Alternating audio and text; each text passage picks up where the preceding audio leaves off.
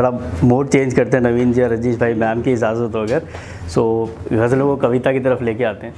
सो एक बहुत प्रचंड मुद्दा है हमारे देश में कि अभिव्यक्ति की आज़ादी छीनी जा रही है, बोलने नहीं दिया जाता लोगों को। सो उसके ऊपर कुछ अभिव्यक्त करने की कोशिश करिए, अगर आप लोग तक पहुँचे तो बताइएगा।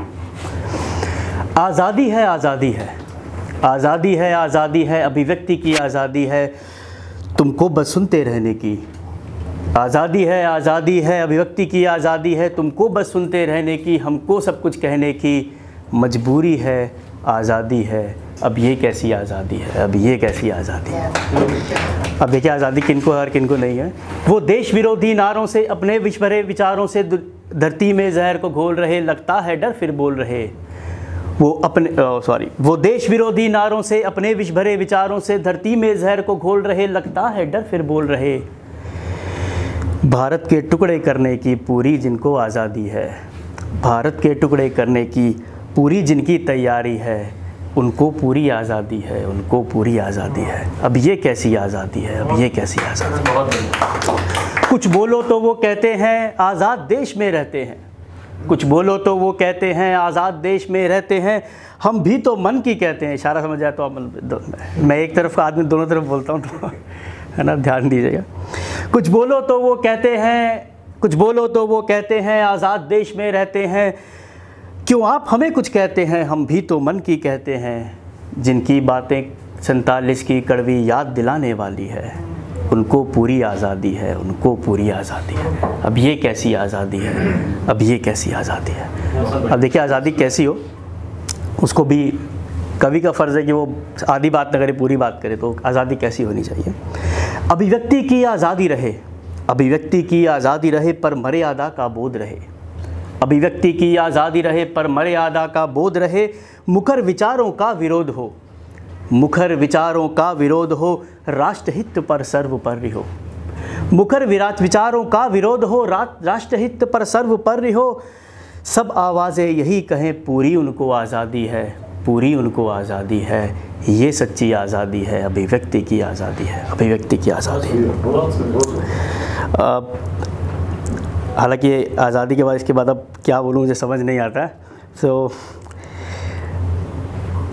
चलिए एक ये मैं इसे ट्राई कर रहा हूँ, है ना। मैं देखता हूँ, मैंने लिखना शुरू किया, अब आप लोगों का मतलब क्या रिएक्शन रहता है वो बताएगा कि मुझे आगे बढ़ाना चाहिए कि नहीं बढ़ाना चाहिए। हम सब ने 8 तो किया होगा, जो छोटे बच्चों ने नहीं किया होगा शायद।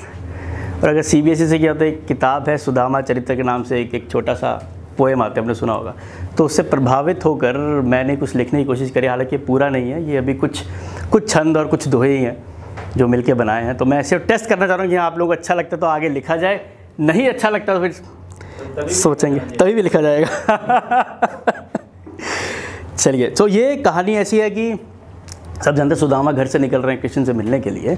तो अभी उनके मन में दुविधा, अब संशय कुछ और है कि मैं अपने दोस्त से जाके कुछ मांगूँ कैसे, क्योंकि परिवार का प्रेशर है कुछ मांगना है, लेकिन मैं मांगूँ कैसे, ये एक प्रेशर है। तो अब जब आदमी दुविधा में बाहर निकलता है तो बहुत कुछ सोचता है, बहुत कुछ सोचता है। वो सोचता है कैसे रुक जाऊँ, ना जाऊँ, और उसके लिए वो बहुत से अंदर ही मन में द्वंद्व चलते हैं। तो उसके लिए वो कुछ लिखा है। सो पहला द्वंद्व बताता है कि बहुत मुश्किल है। देखिए क्या बोलते हैं वो, ये एक थोड़ा गाने वाला छंद है, मेरी आवाज़ अच्छी नहीं है पर कोशिश करूँगा। घर से चले मिलने सखा को, मन मगर विचलित अभी। घर से चले मिलने सखा को, मन मगर विचलित अभी। है जिस दिशा को ये द्वारका, न उस दिशा गया कभी। बहु नदियाँ मरुस्थल और वन, ना जाने क्या है राह में। साधन विहीन हूँ कहो प्रभु, अब पहुँचे कैसे ठाह में। अभी तो सिर्फ दिक्कत है कि पहुँचूँ कैसे, उसकी बात विचार आता है कि दोस्त से तो मिला भी नहीं।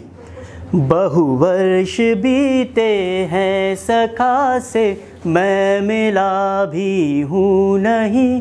गोकुल का सीधा ग्वाल बनके, नृप बदला तो नहीं। है मित्रता को जिसकी व्याकुल देशों के राजा सभी, मैत्री उनको दीन द्विज की ना ही भाएगी कभी। बहुतर्क मन ही मन में करके आगे सुदामा बढ़े, वहीं द्वारका में कृष्ण की देखो व्याकुलता बढ़े। इसी सोच में डूबे प्रभु के, हाय अब मैं क्या करूं, शंकाएं सारी लुप्त हो, क्या काम मैं ऐसा करूं। देखा विकल जब रुक्मणी ने पूछ के शव से लिया, सामर्थ इतना कौन जिसने विह्वल हरि को किया। बांधे हुए हैं सकल जग को जो कि माया पाश से, क्यों आज वो ही लग रहे विवश से परेशान से, सॉरी निराश से। अब इस बार दोहे आते हैं कि रुक्मणी बोले क्या हुआ, कुछ तो चुप क्यों हो श्रीकांत। केशव तब कहने लगे गुरुकुल का वृत्तांत। मेरे गुरुकुल का सखा है भाई के समान, कौन है उज्जैन में जो हमसे अनजान। विप्र बड़ा विद्वान वो विष्णु का है दास, पर विष्णु प्रिय का नहीं उसके घर में वास। मिलने मुझसे आ रहा खुशी मुझे अपार, शंका उसकी का करूं पर कैसे उपचार। आखिरी दुआ है रुक्मणी जी के, अब इसका आगे लिखा नहीं। लीला है ये आपकी रचा आपका नाथ, उसकी चिंता क्या करें हरि हो जिसके साथ। तो एक छोटा सा कोशिश करिए इसे लिखने की, उम्मीद है आप लोग पसंद आया। और अगर समय बना भाई तो एक और गज़ल। सो अब मैं आपको एक छोटी सी गज़ल सुना देता हूँ। चलिए एक छोटी सी गज़ल सुनाता हूँ, थोड़ा माहौल को बदल देते हैं। बदला बदला सा मंज़र है, बदला बदला सा मंज़र है, पहले दिल था अब खंडर है। बदला बदला सा मंज़र है, पहले दिल था अब खंडर है। जिस जिस को भी तुमने छोड़ा, जिस जिस को भी तुमने छोड़ा, घर तो है पर वो बेघर है। जिस जिस को भी तुमने छोड़ा, घर तो है पर वो दफ्तर। और ये अगली लाइन मेरे ऊपर, मैं 3-3.5 साल घर से दूर रहा, सो ये मेरे ऊपर लाइन। हम तुम दूर करे हैं जिसने, हम तुम दूर करे हैं जिसने, मजबूरी है वो दफ्तर है, मजबूरी है वो दफ्तर है।